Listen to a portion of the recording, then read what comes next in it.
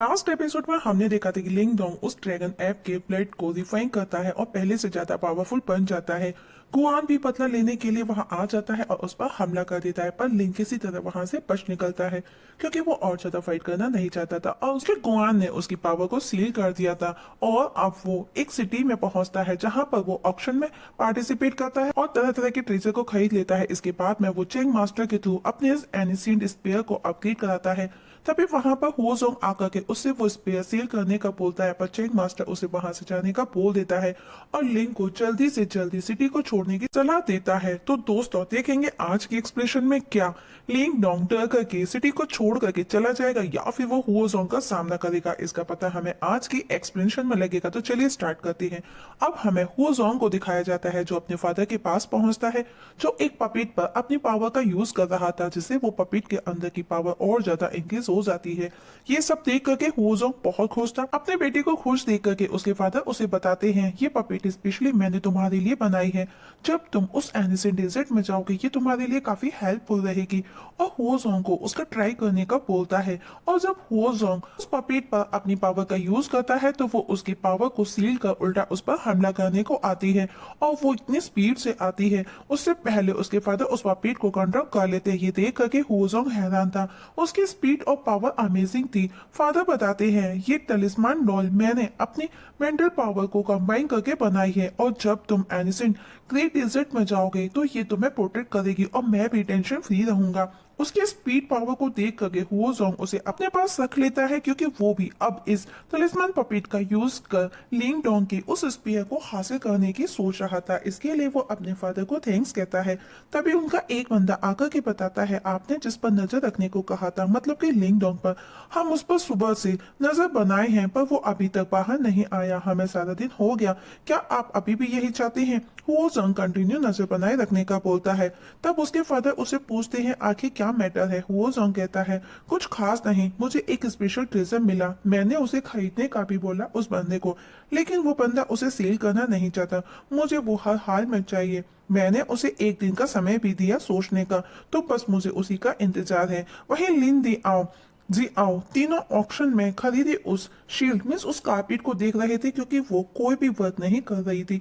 लिन ने उस पर अपनी तरह तरह से पावर का यूज किया, इवन उसने मेंटल और युआन पावर का भी उस पर ट्राई करके देख लिया था, बट नो रिएक्शन। जिस पर दी आओ कहता है ये एक ट्रेजर है पर मुझे ये नहीं पता कि ये काम कैसे करेगा, और वो भी अभी काफी इरिटेट हो चुका था। जिस पर लिन उसे कहता है लगता है तुम्हारी आंखें धोखा खा गई इसे पहचानने में, ये किसी भी तरह का कोई ट्रेजर कहीं से नहीं लग रहा। दियाओ को गुस्सा आता है और वो लिंग को कहता है मतलब तुमको मुझ पर अपने मास्टर दियाओ पर डाउट है कि मैंने गलत डिसीजन लिया, पर मैं तुमको बता रहा हूँ ये डेफिनेटली एक ग्रेट ट्रेजर है जो कि बहुत ही ज्यादा यूजफुल है।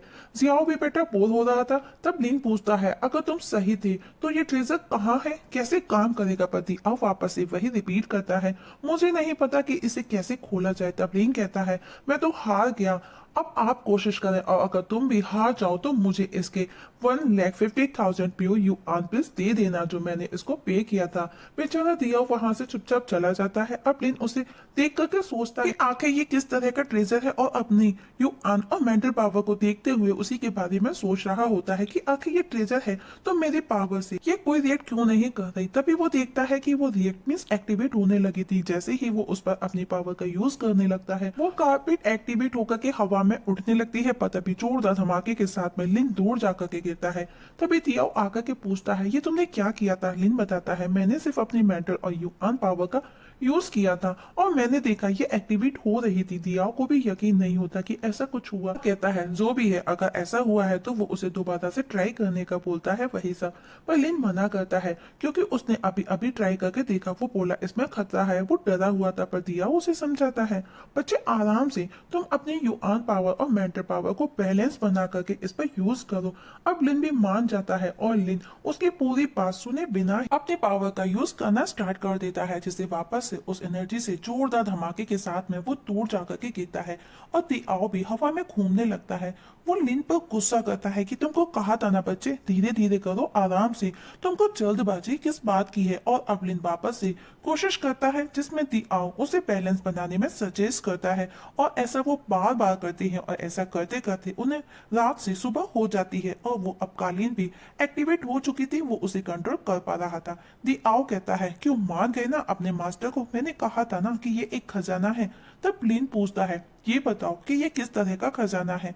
तब दियाओ बताता है इस कालीन के अंदर बहुत ही अमेजिंग और सील सिंबल और स्पिरिचुअल पावर का खजाना है जो तुम्हारे स्पिरिचुअल पावर को यूनिट कर सकती है और इनफैक्ट ये युआन की स्पिरिचुअल पावर है और अगर तुमको ये पावर मिल जाती है तो तुम कहीं गुना ज्यादा स्ट्रॉन्ग बन जाओगे, जो तुम्हारी करंट स्ट्रेंथ है उसे कहीं गुना ज्यादा। ये सुनते ही लिन उस कालीन की एनर्जी को अपने अंदर एब्जॉर्ब करने लगता है। ये देख करके दियाओ उसे ऐसा करने से रोकता है क्योंकि वहां पर अजीब सा होने लगा था और बोलता है अगर तुम ऐसा कंटिन्यू करते हो तो इस एनर्जी से वो जगह जहां पर वो मौजूद है वो डिस्ट्रॉय भी हो सकती है।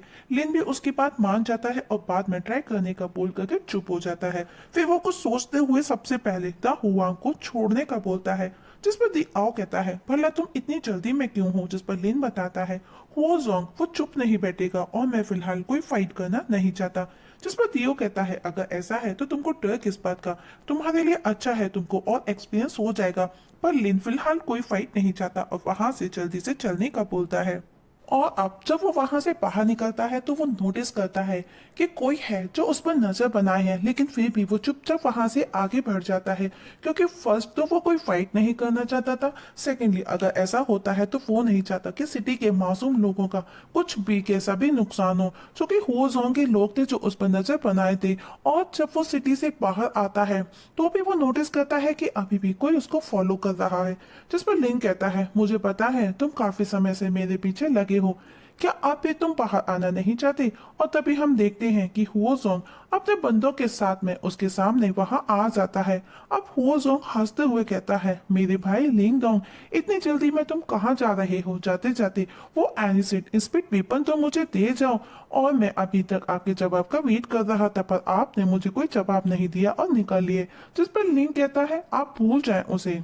वो सॉन्ग कहता है सोचा नहीं था कि तुम इतने बड़े बेवकूफ होगे। और अब वो अपने बंदों से उस पर हमला करने का बोल देता है। अब लिंगडोंग और उसके बंदों के बीच में फाइट स्टार्ट हो जाती है। लेकिन अकेला ही उन दोनों पर भारी पड़ रहा था, वो उन दोनों को बराबरी की टक्कर देता है, वो उन दोनों को पूरी तरह से मारता है और आखिर में वो अपने पंच पावर का यूज कर उन पर हमला करता है, जिससे दोनों वापस अपने मास्टर होजोंग के पास जाकर के गिरते हैं। अब लिंगडोंग गुस्से में था तो वो होजोंग को फाइट चैलेंज करता है। होजोंग भी गुस्से में था क्योंकि उसके बंदों को लिंगडोंग ने मारा था। अब लिंगडोंग उसे कहता है कि तुम एक प्रोटेक्टर हो, ये ऐसे किसी को लूटना तुमको शोभा नहीं देता। हुओजोंग कहता है ये द हुआंग काउंटी ऐसी जगह है जहाँ पर सिर्फ स्ट्रॉन्गेस्ट ही सर्वाइव कर सकती हैं। और अब वो वापस से उससे वो उसका एनिसेंट स्पेयर मांगता है, ये कहते हुए कि उसे भी उसके काबिल ऑनर की जरूरत है, तुम्हारे जैसे की नहीं, वो तुमको शोभा नहीं देता। और उस पर पर्पल नीडल्स अटैक करता है जिन्हें लिंगडोंग डिस्ट्रॉय कर देता है। अब हुओजोंग वापस अपने बंदों को उसे मारने का बोलता है, वो बंदे भी वापस से लिन से फाइट करना स्टार्ट कर देते हैं।